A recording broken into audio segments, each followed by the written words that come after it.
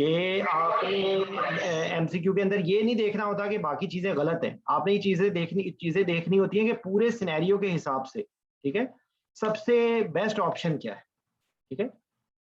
तो एक ऐसा पेशेंट जो अभी लेबर में नहीं है, कुछ नहीं है ना, तो उसको आईवी के बजाय हम ओरल की तरफ जाएंगे, समझ आई।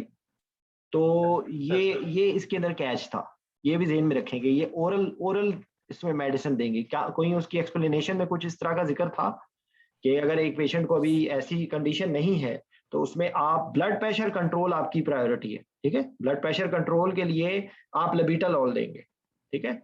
जब उसका ब्लड प्रेशर कंट्रोल होगा तो उसकी बाकी चीजें भी इम्प्रूव करेंगी, ठीक है। तो सर अनटिल एंड अनलेस मतलब जब तक हाइपरटेंसिव अर्जेंसी ना हो तो हम आईवी देंगे, अगर अर्जेंसी है तो आईवी देंगे, otherwise asymptomatic increase in blood pressure तो हम देखिए असल में नहीं, आपकी बात को देखो, ये जहन में रखें बात आप। एमसीक्यू में ना जो बहुत सारे लोग हैं, मैं क्योंकि मैं चाह रहा था कि फोकस हम डिस्कशन करें उस टॉपिक पे, लेकिन ये मैं इसको यूटिलाइज करूंगा आप सब लोगों को मैसेज देने के लिए कि देखें, जो एमसीक्यूज बेस्ड तैयारी होती है उसका एक नुकसान ये होता है कि आप लोगों का फोकस सिर्फ और सिर्फ उस क्वेश्चन पे रह जाता है, ठीक है, और आप उसकी लैटरल थिंकिंग नहीं करते, ठीक है। तो ये ज़हन में रखें कि एमसीक्यू की प्रैक्टिस करने का तरीका ये होता है कि आप लैटरल थिंकिंग पे जाएं, ठीक है।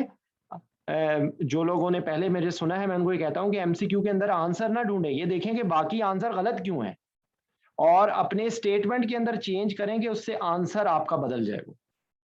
बस समझ आई बात कि इसी एमसीक्यू के अंदर जो अजहर ने बताया है, ये ग्रुप में उन्होंने शेयर किया था, आप उस ग्रुप में हैं या नहीं है, एनीवेज, तो उस क्वेश्चन के अंदर कैच बेसिकली ये था कि अगर एक पेशेंट है जिसको अभी फिट्स नहीं पड़ रहे, तो उसमें अगर और उसको कोई ऐसा साइन सिम्टम नहीं है, एक्टिव लेबर में नहीं है, उन्होंने कोई प्रोसीड नहीं करना, तो क्या आपने मैग्नीशियम देना है या आपने oral oral oral anti hypertensive देने। तो इस क्वेश्चन के अंदर ये कैच था, ये जहन में रखें बात। तो ये कोई फिक्स्ड रूल नहीं है, फिक्स्ड रूल नहीं है, आपको उस सिनेरियो को करके इंटरप्रेट करना पड़ेगा। और यही इसी में ही मार खा जाते हैं कि लोग क्या करते हैं कि ब्रायन हॉल को भी रट्टे मारते हैं कि जी ब्रायन हॉल की भी फैली रही वो, क्योंकि आप लोगों को आदी हो गए हैं, आप लोग मॉर्गन के में और किताबों को रट्टे मारने के, आप लोग एमसीक्यूज को भी रट्टे मारने की कोशिश करते हैं।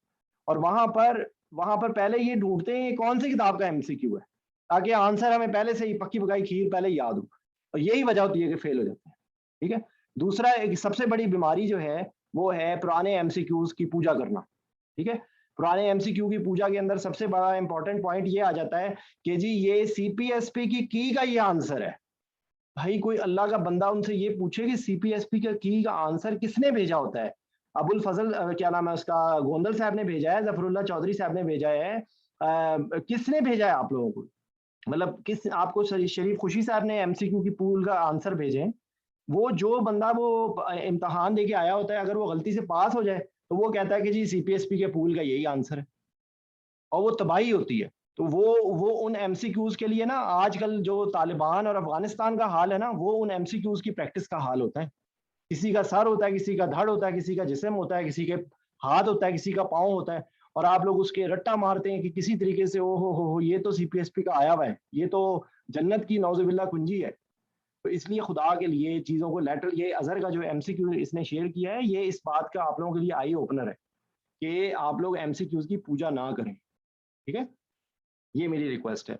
अच्छा, तो मेरे ख्याल हम स्टार्ट करते हैं। जो आज हमारे भी हम लोग कोशिश करेंगे within 45 minutes to 50 minutes हम लोग 2 टॉपिक करें। इसमें मेन टॉपिक होगा रूमाटॉइड आर्थराइटिस, ठीक है। तो आयशा रेडी हो?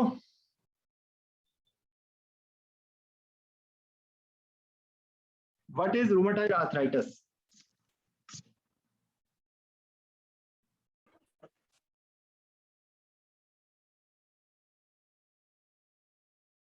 जी, अगर आयशा को आवाज नहीं जा रही तो anyone, what is rheumatoid arthritis? it is an autoimmune disease that involves mostly the synovial joints. The antibodies are formed again. ठीक है, ऑटोइम्यून डिजीज होती है, साइनोवियल जॉइंट की इन्वॉल्वमेंट होती है। इसमें एक आपका पॉइंट मिस है जिसकी वजह से आपका ये आंसर अभी मुकम्मल नहीं है। Sir, it is autoimmune chronic inflammatory disease which mostly involve the joints और सर ये symmetrical joints involve करता है जिसमें synovitis होता है which includes synovitis and bone erosion होती है और सर नहीं cartilage। आप बात समझने की कोशिश करें। याद रखें कि ना ये हमारा इसके अंदर यही गलती होती है। देखें ये ऑटो इम्यून डिजीज है, एक बात हो गई, जॉइंट्स को इन्वॉल्व करती है, दूसरी बात हो गई, ये तीसरी बात आप पिलर बता ही नहीं रहे, वो क्या है? chronic systemic inflammatory chronic inflammatory disease है सर। नहीं, क्रोनिक इन्फ्लेमेटरी डिजीज में वो बात मुकम्मल नहीं हुई है। सिस्टेमिक का नाम कौन ले रहा था? हाँ जी सर, सिस्टेमिक उसमें इन्वॉल्वमेंट होगी ना, सिस्टेमिक इन्वॉल्वमेंट होती है ना। आर्थराइटिस तो ये जॉइंट्स, अगर जॉइंट्स की सिर्फ प्रॉब्लम हो तो हमारे लिए इतनी सीरियस ना हो, लेकिन इसमें तो ये हर चीज इन्वॉल्व होती है। दूसरी, it is associated with other autoimmune disease, ठीक है। तो ये एक ऐसी डिजीज है ऑटोइम्यून जिसके अंदर मल्टी सिस्टेमिक, अगर आप जॉइंट्स का भी नाम ना लेना, इसके अंदर आप मल्टी सिस्टेमिक इन्वॉल्वमेंट ले लेना तो आपका आंसर मुकम्मल हो गया, ठीक है। देखें यहाँ पर एक ज़हन में रखें बात कि पहले ज़माने में भी आम तौर पे जब भी डेफिनेशंस आती थी ना तो लोग रट्टा मारने की कोशिश करते थे डेफिनेशन, ठीक है। तो देखें डेफिनेशन में रट्टा मारने की जरूरत नहीं होती, डेफिनेशन के कंपोनेंट्स याद करने ज़्यादा इंपॉर्टेंट होती है।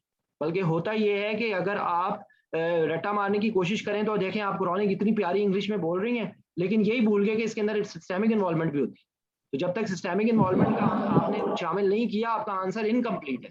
अगर आप वाइवे के अंदर, अगर आप ना वाइवे की रेफरेंस से, अगर आप वाइवे में उर्दू में भी बता देंगे ना कि एक ऐसी ऑटोइम्यून डिजीज है जिसमें मल्टी सिस्टेमिक इन्वॉल्वमेंट होती है, क्रॉनिक इन्फ्लेमेशन होती है everywhere, usually in symmetrical small joints of body, but it can involve any system, ठीक है। तो ये समझ आ गई बात?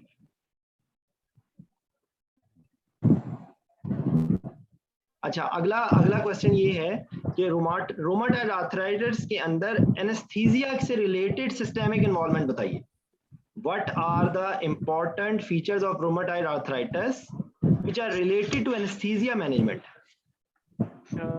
सर्वाइकल स्पॉन्डिलोसिस, थोड़ा सा ऊंचा बोलें, ऊंचा बोलें, शाबाश। Cervical instability, cervical instability, very good, एक बात हो गई। उसकी वजह से क्या होगा? उसकी वजह से सर वो डिफिकल्ट इंट्यूबेशन होगी। सर्वाइकल सबलक्सेशन होती है, स्पाइनल कॉर्ड डैमेज हम कर सकते हैं ड्यूरिंग इंट्यूबेशन। नहीं ये इसका एक लेंटो एक्सियल सबलक्सेशन भी अलग होती है और टेम्पोरोमैंडिबुलर जॉइंट की इन्वॉल्वमेंट अलग होती है। नहीं, देखें सवाल को समझें ताकि वहां पर आपको एमसीक्यू में भी अटेम्प्ट करने में आसानी हो और वाइवे में भी। मैंने जो बात पूछी है, what are the anaesthetic, what are the features of rheumatoid arthritis which affect anesthesia management? your challenge is, तो सर्वाइकल स्पाइन की इंस्टेबिलिटी की वजह से डिफिकल्ट इंट्यूबेशन नहीं होती, सर्वाइकल स्पाइन की इंस्टेबिलिटी की वजह से आपकी मोशन लिमिटेशन, फंक्शनल लिमिटेशन हो जाती है। अगर आप उसको ज्यादा नेक को एक्सटेंड करेंगे तो पता लगेगा उसको न्यूरोलॉजिकल डैमेज हो जाएगा। समझ आई बात? और जो दूसरी आप बोल रही हो बात सारा, जो कि टीएम जॉइंट का एंकाइलोसिस होता है, उसकी वजह से क्या इफेक्ट होता है, इफेक्ट बताना है, चेंज बताना इनकम्प्लीट आंसर है, ठीक है। चेंज बताना इनकम्प्लीट आंसर है, उसका इफेक्ट क्या होता है, दैट इज इंपॉर्टेंट। इफेक्ट क्या होता है उसका? टेम्पोरोमैंडिबुलर जॉइंट की हम डिस्लोकेशन कर सकते हैं ना? नहीं यार, माउथ ही नहीं ओपन होगा सर, माउथ ओपनिंग लिमिटेड होती है। देखो जॉइंट की डिसलोकेशन तो चलो बाद की बात है ना, आपसे माउथ ही नहीं ओपन होगा। जब माउथ ओपन ही नहीं होगा तो लेरिंगोस्कोप कैसे जाएगा? तो आपकी तो कहानी नहीं शुरू होगी, ठीक है। ये कौन बोल रहा है जिसकी आवाज नहीं आ रही? आ गई समझ बात है सर? आ गई, ठीक है। अच्छा, इसके अंदर जी चले आप कहें सर, सॉरी। नहीं आप बोलो।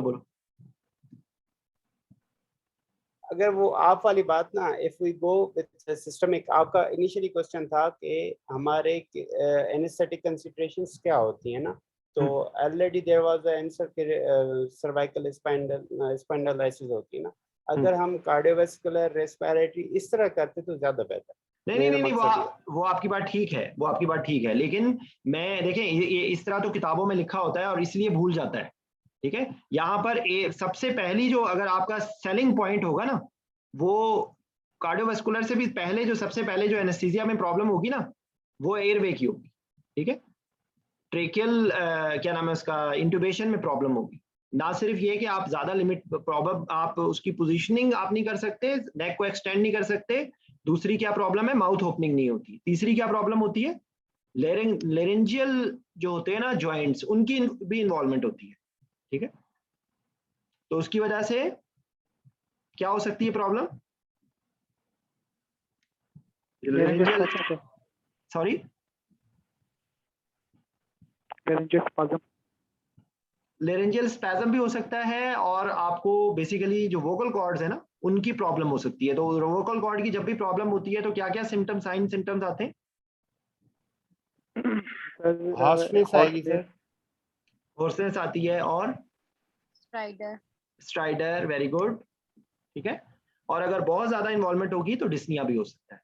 ठीक है, और सर इंट्यूबेशन में ट्यूब पास करते वक्त प्रॉब्लम हो सकती है? बिल्कुल हो सकती है, बिल्कुल हो सकती है। अगर वो वोकल कॉर्ड फिक्स होंगे या जॉइंट्स की प्रॉब्लम होगी तो आपसे इंट्यूबेशन नहीं होगी। ठीक है, और आप अगर जोर लगाएंगे तो उसके अंदर डैमेज कर सकते हैं आप। ठीक है, तो सर्वाइकल स्पाइन की दो तरह की एक होती है, एक इंस्टेबिलिटी होती है और एक एनकाइलोसिस होता है।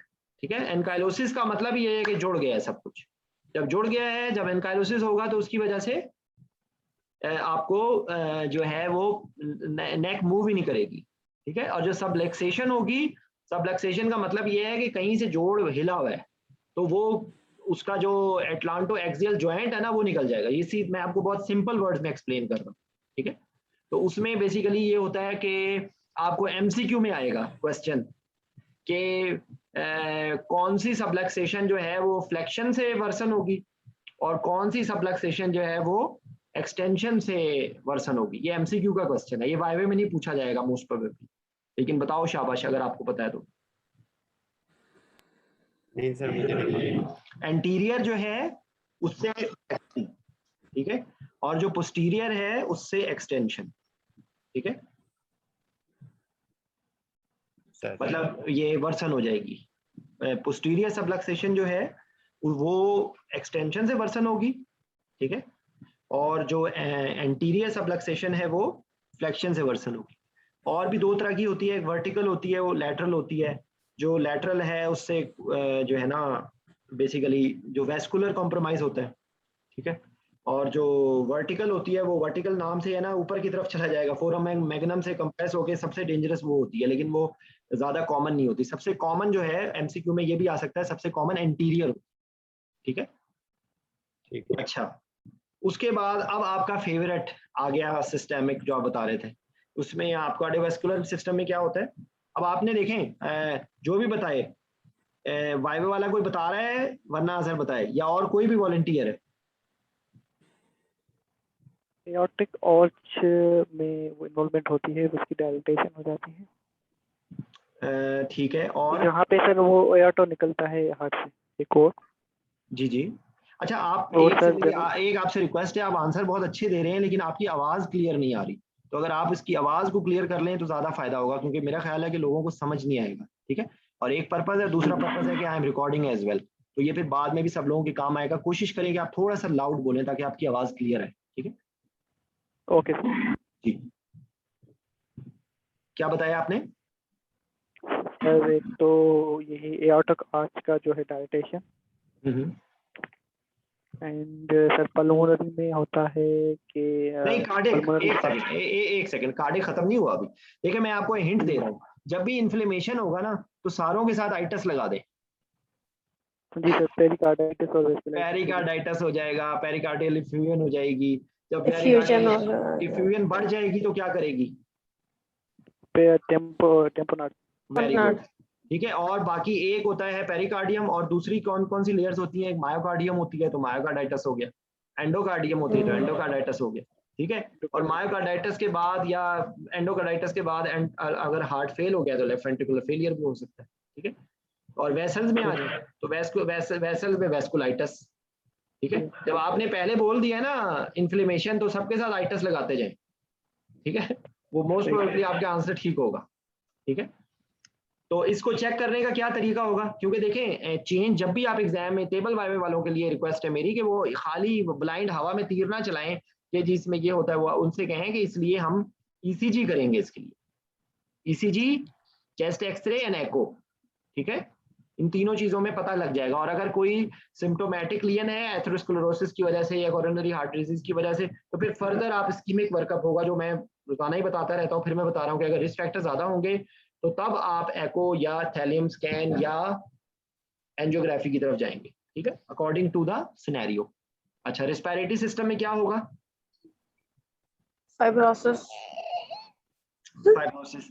और जो ब्रॉडली हम रेस्पिरेटरी प्रॉब्लम्स को 2 हिस्सों में डिवाइड करते हैं, रिस्ट्रिक्टिव टाइप में होगा सर, सॉरी रिस्ट्रिक्टिव टाइप होगा सर, रिस्ट्रिक्टिव लंग डिजीज। तो रिस्ट्रिक्टिव लंग डिजीज में पल्मोनरी फंक्शन टेस्ट में क्या चेंज आती है? Sir total lung capacity increase होती है, बाकी सब डिक्रीज होते हैं। तो FE1 ओवर FVC रेशियो पे क्या इफेक्ट होता है? FVC वो सर नॉर्मल ज्यादा। के बैठी हैं।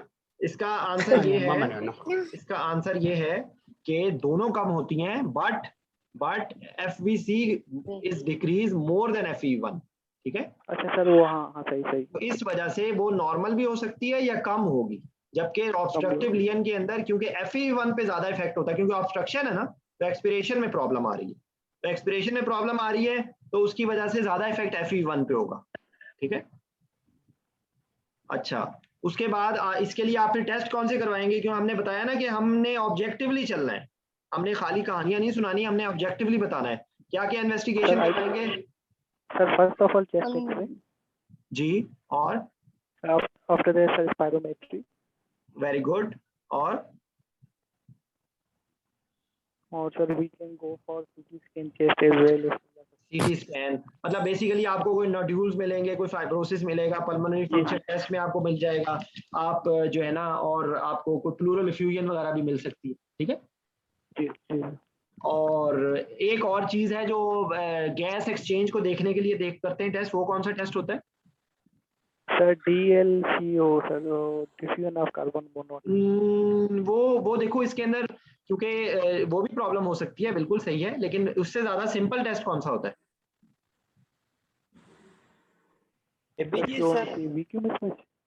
यार सिंपल रहो ना, इतनी मुश्किल कहानियों में क्यों जा रहे हो? ABGs। हंसी आ रही है ना कि ये इतना आसान आंसर क्यों नहीं आता, मुश्किल जवाब दे रहा हूँ तो आसान जवाब क्यों नहीं दे रहा, ठीक है। सर आपने सवाल इतने मुश्किल अंदाज में पूछा है, हमने कहा शायद मुश्किल चीज है। जी, मैं असल में इसलिए मुश्किल अंदाज में पूछ रहा हूँ ताकि आप लोगों को आ जाए, चीज समझ आ जाए, ठीक है। आसान अंदाज में पूछूंगा तो फिर वाइवे में मुश्किल होगी, अगर मुश्किल अंदाज में पूछूंगा तो वाइवा बहुत आसान लगेगा।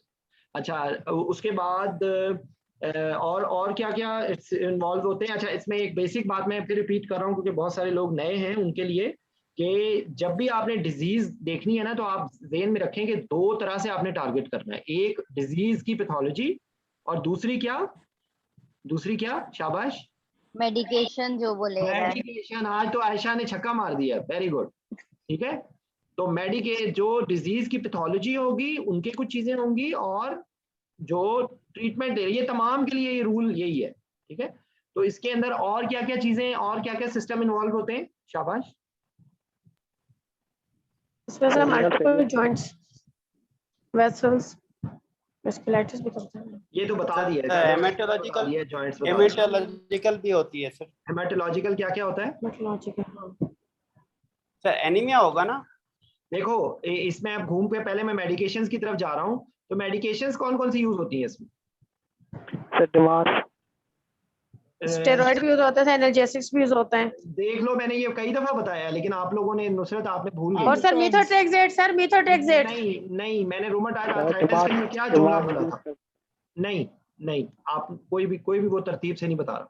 एक इसका होता है सिम्प्टोमेटिक ट्रीटमेंट और एक इसका होता है डिजीज मॉडिफाइंग ट्रीटमेंट। तो सिम्प्टोमेटिक ट्रीटमेंट के लिए एनसेड्स दिए जाते हैं या स्टीरॉइड दिए जाते हैं, और डिजीज मॉडिफाइंग प्रोसेस को करने के लिए इम्यूनोसप्रेसेंट दिए जाते हैं, ठीक है।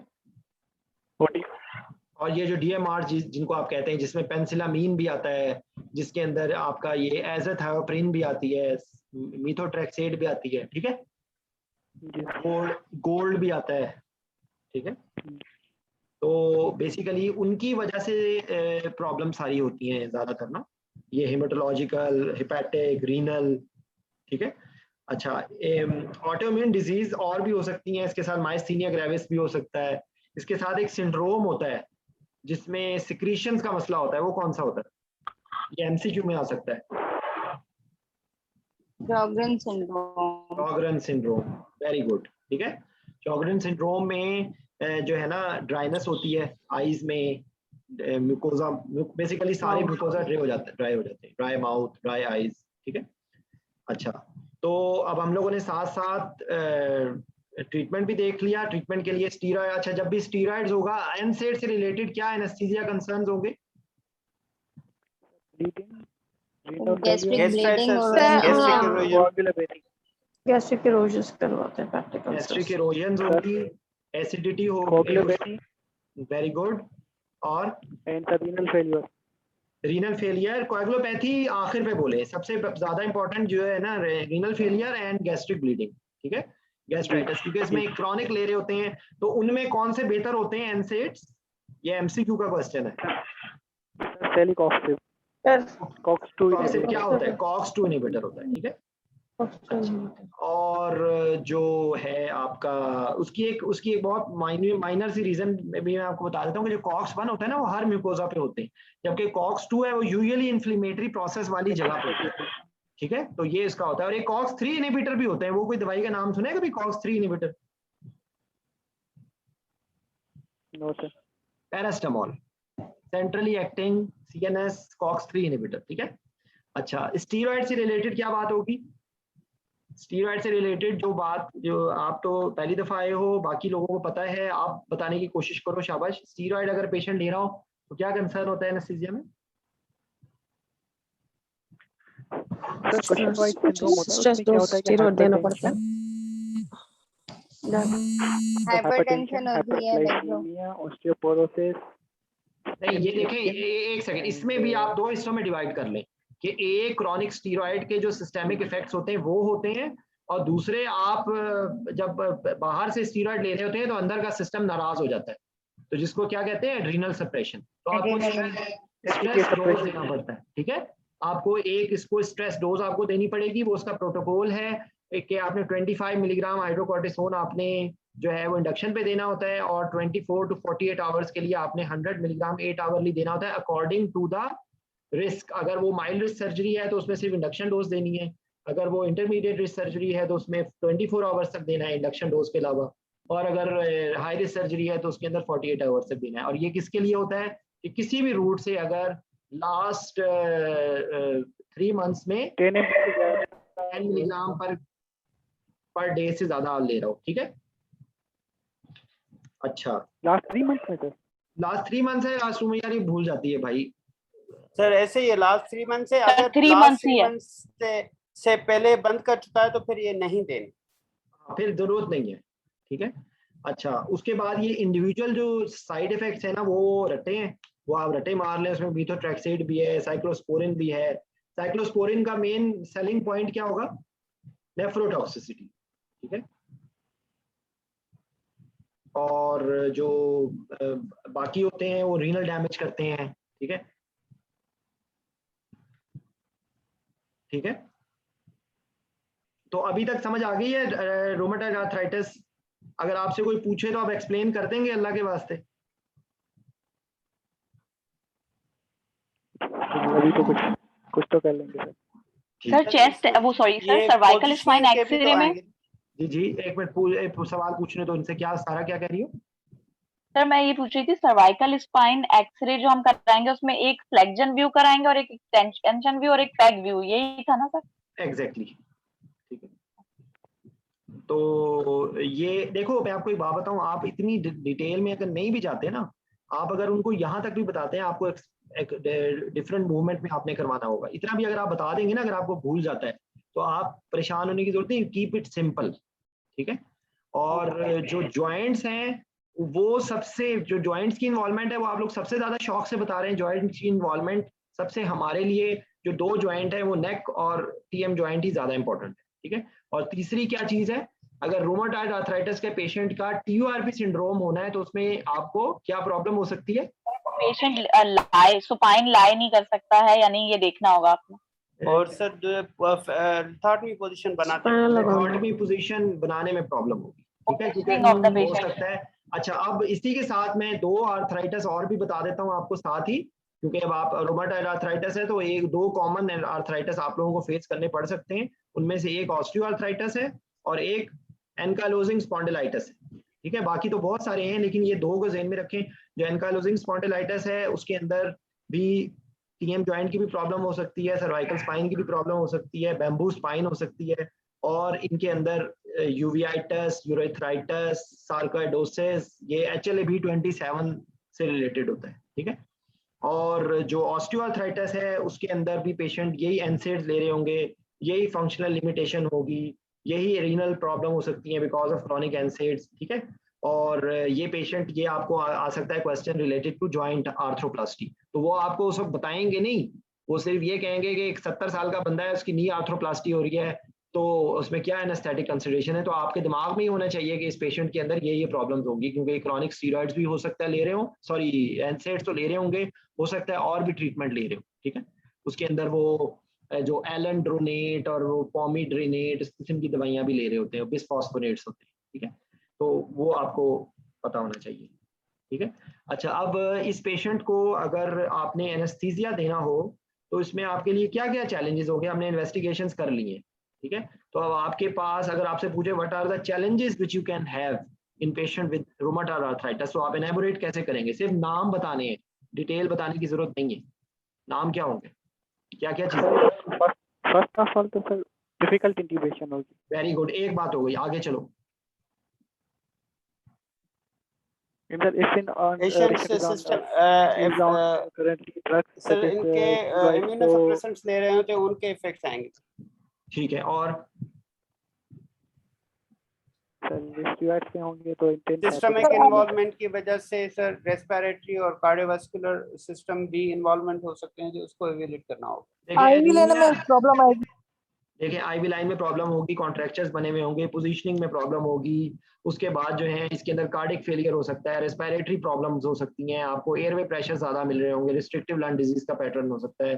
फिर उसके बाद जो है, जो इसकी वजह से रीनल और लिवर डिसफंक्शन है, तो आपकी जो आपकी जितनी एनेस्थेटिक जो ड्रग फार्माकोलॉजी है वो आपको प्रॉब्लम हो सकती है, ठीक है। तो उस हिसाब से फिर आपने उसको मैनेज करना होगा, ठीक है। तो एयरवे से रिलेटेड डिफिकल्ट इंट्यूबेशन के लिए आप ध्यान में रखें, क्या बताना है आपने, क्या बताना है? Rapid sequence induction,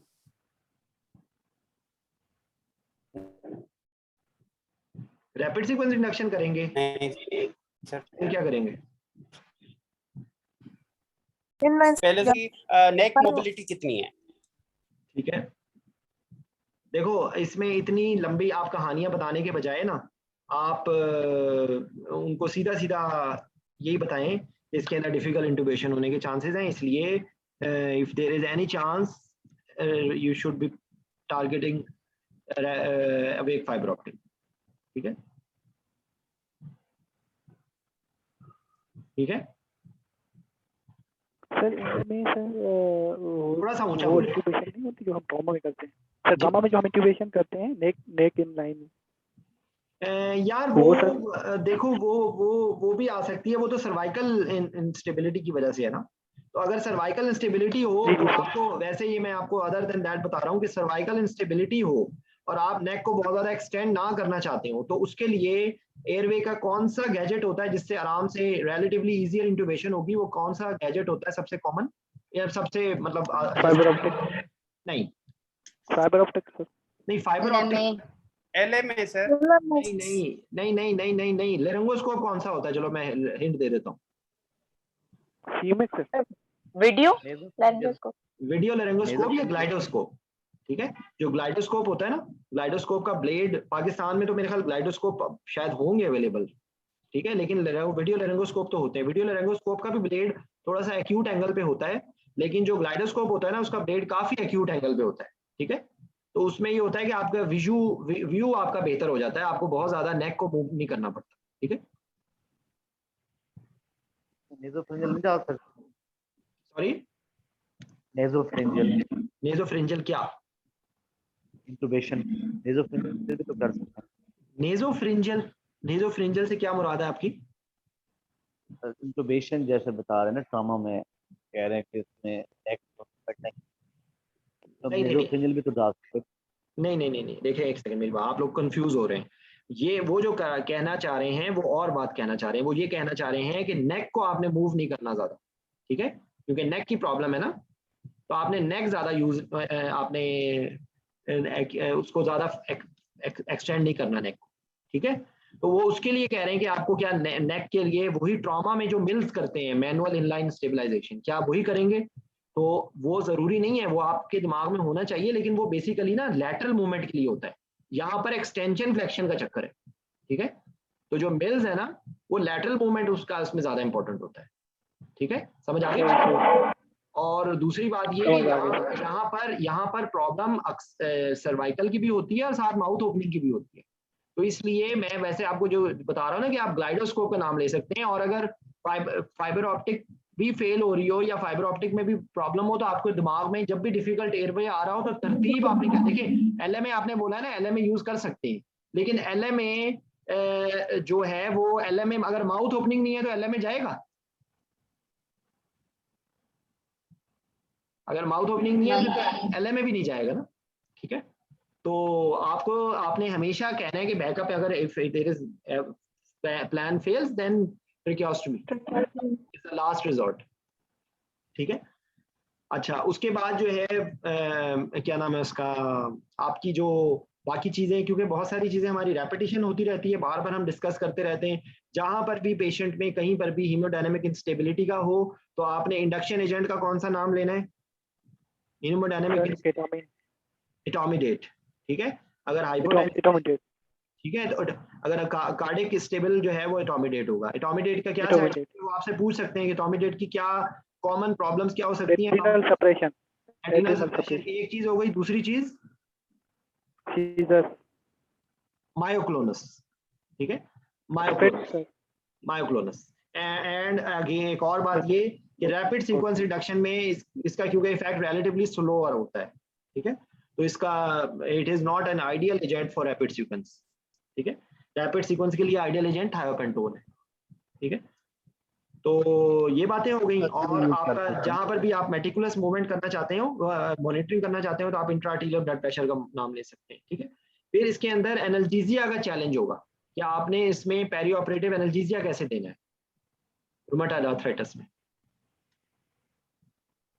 sir multi modal analysis approach लेंगे हम। वेरी गुड, क्या कुछ देंगे मल्टी मॉडल में? सर मल्टी मॉडल में सर इफ सपोर्टेड हम देंगे combination of NSAIDs and sir opiate,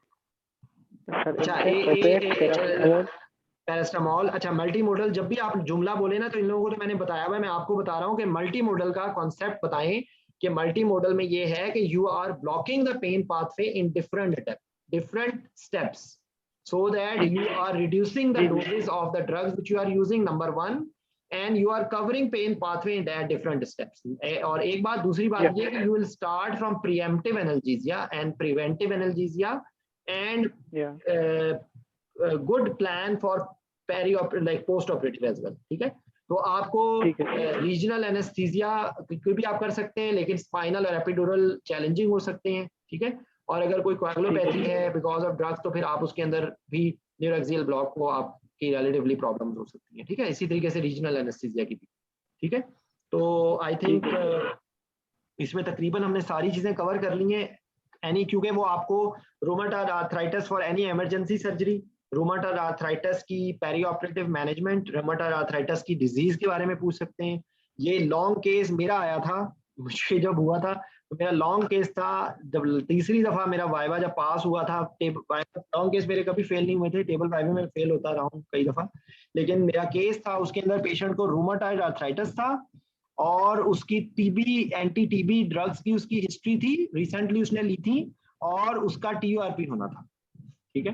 तो मतलब अगर मल्टीपल डिजीजेस हों तो actually becomes the viva becomes easy, क्योंकि अब आपके पास बोलने के लिए काफी कुछ होता है। जैसे इसके अंदर सारा कुछ ही आपने करवाना है, आपने सिर्फ रीजन बतानी है उसकी। आप इसमें नेक्स्ट एक्सरे भी करवा रहे हैं, इसमें आप चेस्ट एक्सरे भी करवा रहे हैं, इसमें ईसीजी भी करवा रहे हैं, इसमें एको भी करवा रहे हैं, इसमें आप सीबीसी भी करवाएंगे, एलएफटीज भी करवाएंगे, रीनल फंक्शन टेस्ट भी कराएंगे, इलेक्ट्रोलाइट्स भी करवाएंगे, सारी चीजें इसमें आ जाएंगी।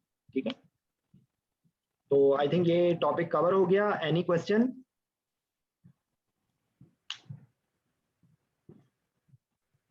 नो थैंक यू सर ये जो अपना अगर फर्स्ट कीजिए ये आता है तो इसके प्रॉब्लली ये रिपीटिशन ही क्वेश्चन हो, मैकेनिज्म ऑफ जो पेशेंट रख ले रहा है, मैकेनिज्म ऑफ एक्शन और उसके साइड इफेक्ट्स भी थोड़े बहुत याद होने चाहिए। बिल्कुल याद होने चाहिए। ठीक है, यही मैं आपको बता रहा हूँ। और याद तरतीब याद रखें, किसी भी मेडिकल डिजीज को बताने के लिए आपको जहन में ये होना चाहिए, या पढ़ने के लिए भी ये टारगेट होना चाहिए, पहला कि आप उसको पंजाबी जबान में, सिंधी जबान में, सराइकी जबान में, उर्दू जबान में आपको एक्सप्लेन करना आना चाहिए with all the components, number 1। Number 2, उसकी सिस्टेमिक इन्वॉल्वमेंट, प्रेफरेबली आप जो एनेस्थीसिया से सबसे ज्यादा रेलिवेंट सिस्टम है वो सबसे पहले बताएं। ठीक है, और खाली हवा में ना तीर चलाएं, जो उसका चेंज है उसकी वजह से एनेस्थीसिया की मैनेजमेंट पे क्या इफेक्ट हो रहा है वो बता दें। ठीक है, अच्छा, उसके बाद आप अगले स्टेप में आप बाकी सिस्टम्स को बता दें।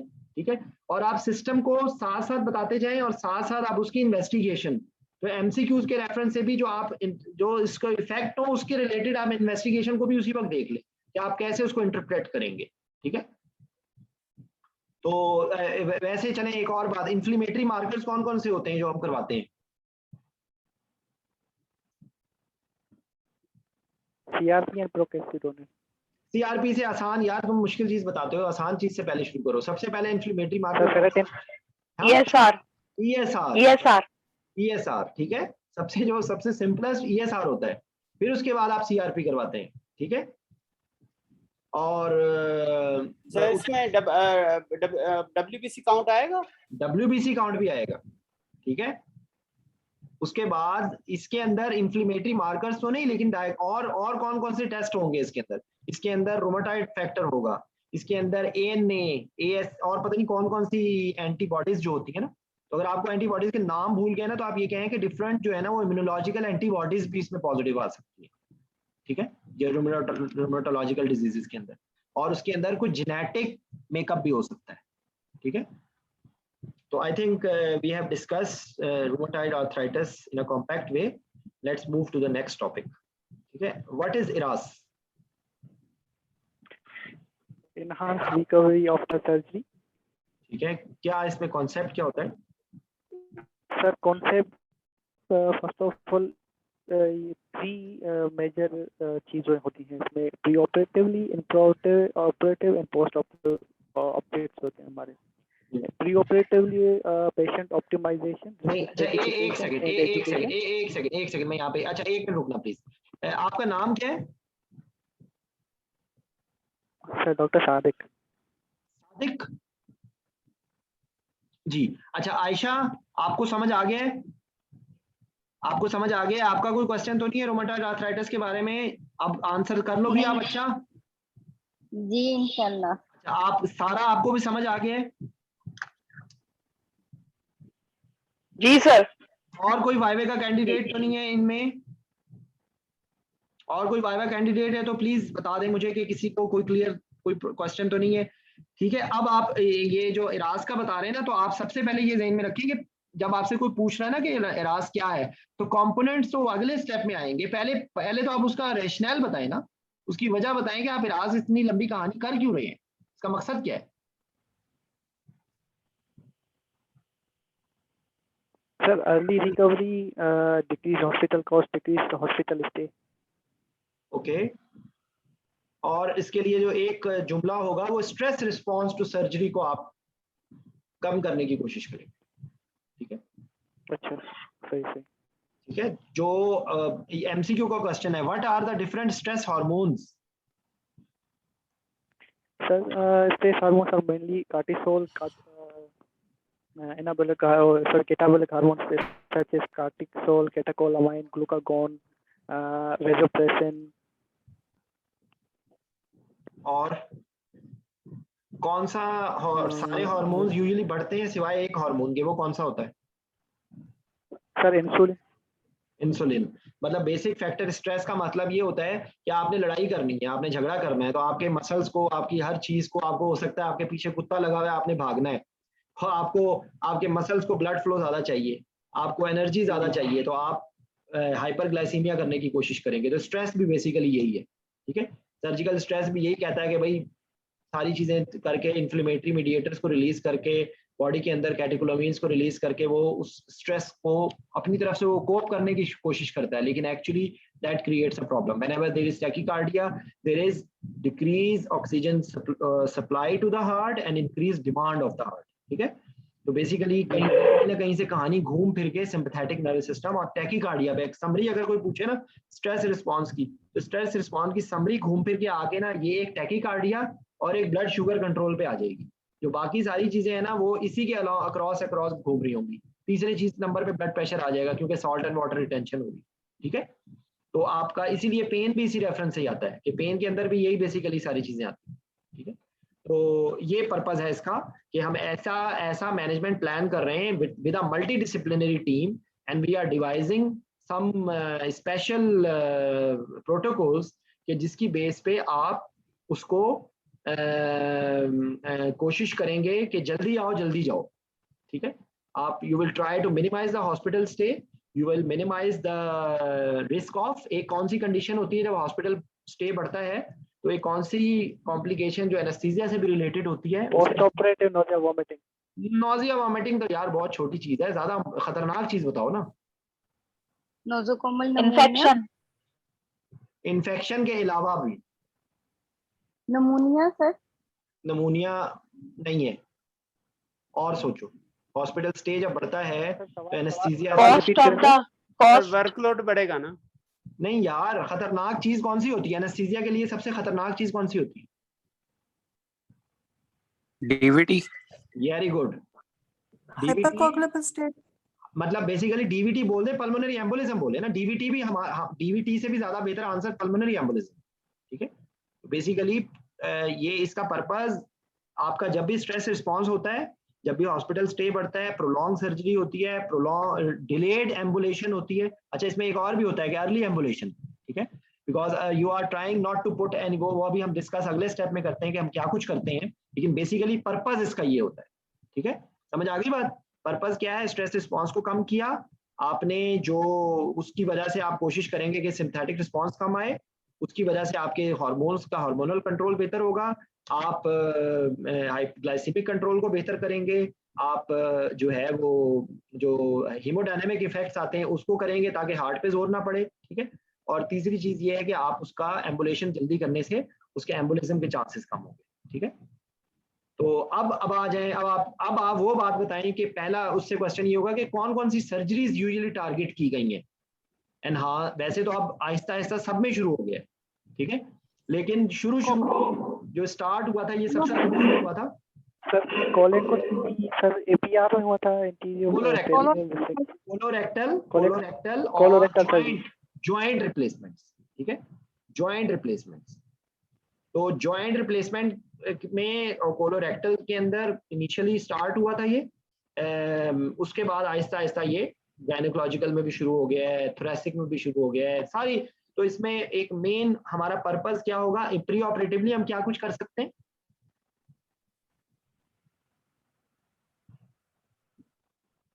सर प्री ऑपरेटिवली आप पेशेंट को बता दें। वो जो एक मिनट, ये डॉक्टर सारा को बता दें, ऑप्टिमाइज करते हैं। एक मिनट सादिका प्लीज डॉक्टर सारा को बता दें जी।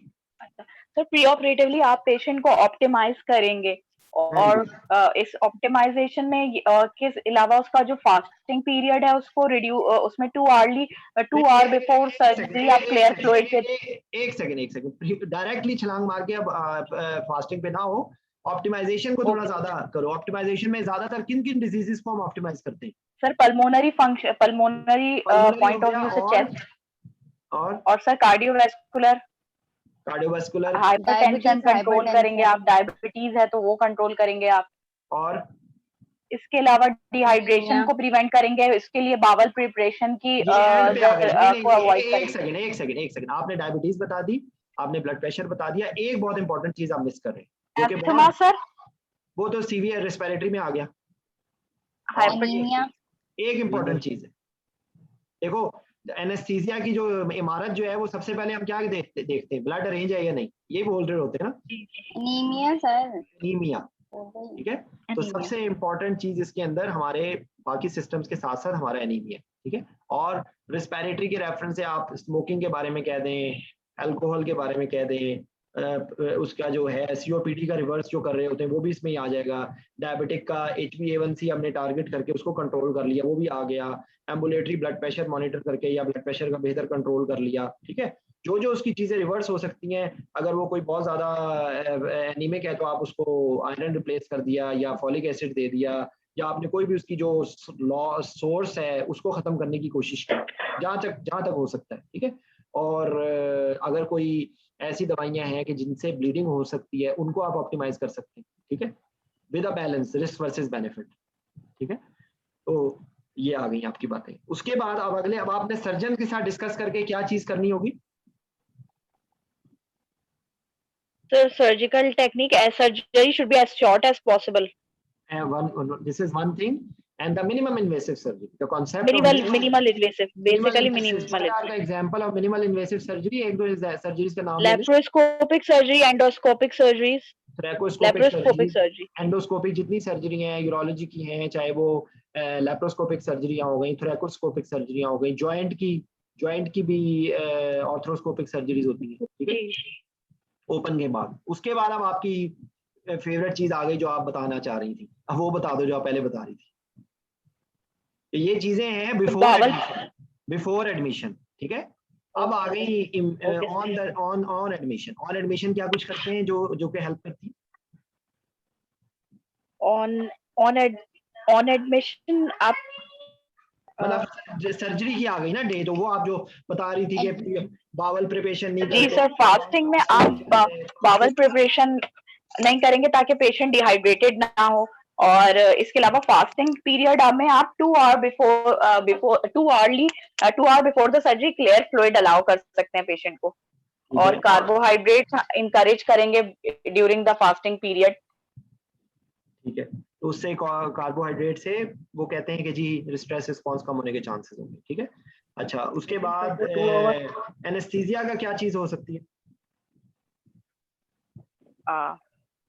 सर मेडिकेशन, प्री मेडिकेशन में अवॉइड करने हैं ओपियाइड्स, ठीक है।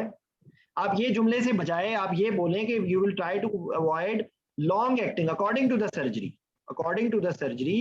अगर डे सर्जरी में आप करना चाह रहे हैं, सारे में जरूरी नहीं है कि अवॉइड करेंगे, ठीक है। आप ऐसी टेक्निक यूज करेंगे कि उसका पोस्ट ऑपरेटिव कोर्स डिस्टर्ब ना हो। अगर ऐसी कोई सर्जरी है कि जिसके अंदर फॉरेन पेशेंट को आपने डिस्चार्ज करना है, तो you will avoid long acting opioids. Short acting आपने पेन तो रिलीव करनी है ना, ठीक है। तो एक बात हो गई। और उसके अलावा रीजनल एनेस्थीसिया को यूज करेंगे आप, ठीक है। आप कोशिश करेंगे कि मोटर ब्लॉक कम हो, सेंसरी ब्लॉक ज्यादा हो। आप लोकल एनेस्थेटिक की मिनिमम कंसंट्रेशन यूज करने की कोशिश करेंगे, ठीक है। उसके बाद आप ड्रेन्स वगैरह नहीं डालेंगे, आप एनजी ट्यूब को अवॉइड करेंगे, ठीक है। और आपने फ्लूइड को क्या रखना है? फ्लूइड के लिए क्या गोल डायरेक्टेड ना, आपने over. What are the concerns because of dehydration? अगर आप कम फ्लूइड देंगे तो क्या होगा? Oliguria, vomiting, tachycardia, nausea. एक सेकंड, जो अजहर ने बोला है वो आंसर है इसका। पोस्ट ऑपरेटिव नोजिया वोमिटिंग का बहुत बड़ा फैक्टर जो है वो डिहाइड्रेशन है, ठीक है। बाकी चीजें भी होंगी, वो सही है, लेकिन इसके रेफरेंस से पीओएनवी है, क्योंकि आप पीओएनवी होगा तो आप डिस्चार्ज नहीं कर सकेंगे ना, हॉस्पिटल स्टे बढ़ जाएगा, ठीक है। उसके बाद आपने थ्रोम्बोप्रोफिलैक्सिस की बात हमने कर ली थी पहले ही, और आपने पीओएनवी के रिस्क फैक्टर्स को स्ट्रेटिफाई करना है और आपने देना है उसको, ठीक है। अच्छा, एक कौन सी दवाई होती है कि जो दिया जाता है एज अ मल्टी मॉडल के कॉम्बिनेशन में, कि जिसका बड़ा अच्छा रिजल्ट आता है? कौन सी मेडिसिन है जो आजकल बहुत यूज होती है?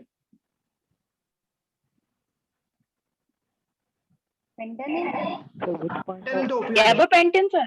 गैबापेंटिन एक बताएं इंट्राऑपरेटिवली कौन सी दवाई यूज की जा रही है जिसका फायदा होता है?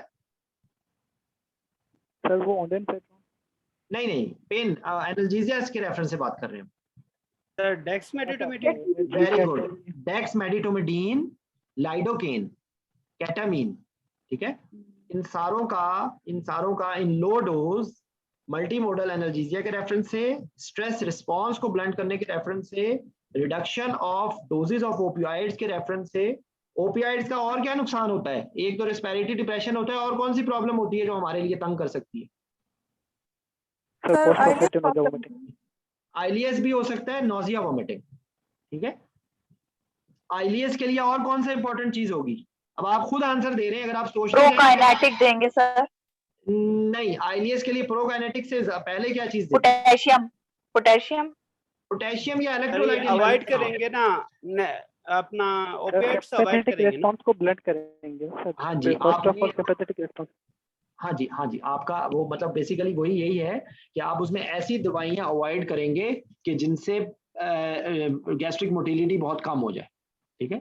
तो उसके अंदर इलेक्ट्रोलाइट इम्बैलेंस हो गया, उसके अंदर जैसे हाइपोकलीमिया बताया है, और जो है ना उसमें फ्लूइड अच्छा देंगे। अच्छा, ओवर हाइड्रेशन भी नहीं करनी। ओवर हाइड्रेशन हो और साथ कोई गट की सर्जरी हो, क्योंकि कोलोरेक्टल में यूज हो रहा था ना, तो ओवर हाइड्रेशन से गट का एडीमा हो सकता है, ठीक है, जिसकी वजह से एनास्टोमोसिस लीक होने के चांसेस बढ़ जाते हैं, ठीक है, ठीक है।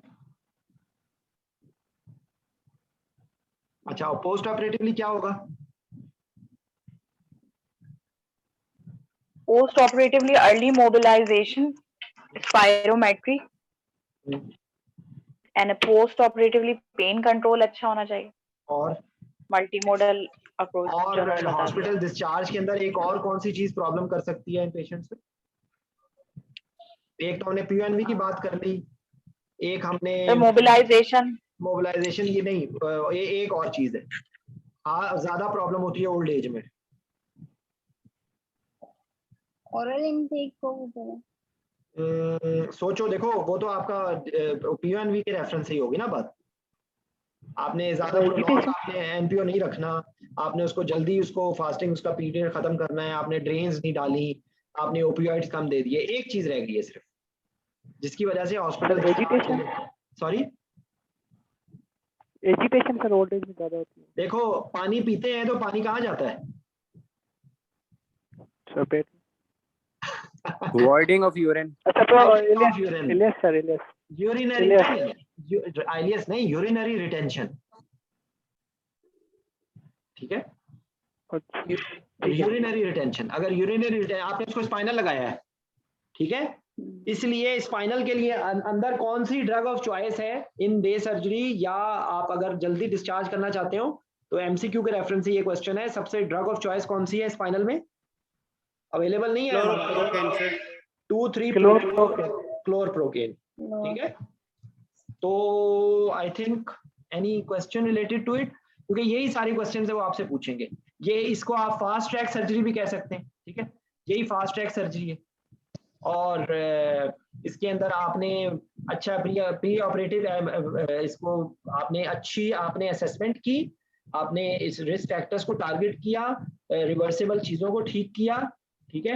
उसके बाद आपने मिनिमम इन्वेसिव सर्जरी प्लान की, आपने मिनिमम इन्वेसिव एनेस्थीसिया प्लान किया, आपने मल्टी मोडल एनाल्जेसिया दिया, आपने लॉन्ग एक्टिंग बहुत सारी दवाइयों को अवॉइड किया। अच्छा, आप रीजनल लगाएंगे तो आप कोशिश करेंगे कि मोटर ब्लॉक कम से कम हो। जैसे इसकी एग्जांपल क्या है कि नी आर्थ्रोप्लास्टी होगी, तो आप कौन सा रीजनल ब्लॉक अवॉइड करेंगे नी आर्थ्रोप्लास्टी की पेन रिलीफ के लिए, और कौन सा लगाएंगे? नी आर्थ्रोप्लास्टी के लिए आपके लिए ब्लॉक ऑफ चॉइस क्या होगा नी आर्थ्रोप्लास्टी की पेन के लिए, with reference of motor blockage? जी, सियाटिक और फीमोरल दोनों लगाने पड़ेंगे जी। फीमोरल और जेनिक्यूलर, एक सेकंड फीमोरल और जेनिक्यूलर ब्लॉक। एक मिनट खामोश हो जाओ। आपने, मैं बात कर रहा हूँ कि मोटर ब्लॉकेज ना होने पाए, आप उसको शियाटिक और फेमरल लगा के उसको बिस्तर पे लिटा के उसको डीवीटी करवा दो, उसकी ना मोबिलाइजेशन हो सके ना उसकी फिजियोथेरेपी हो सके। और बोलो सर, जेनिक्यूलर ब्लॉक नहीं, देख लो, ये आपकी मॉर्गन शरीफ में नहीं लिखा, इसलिए आप लोगों को नहीं आता।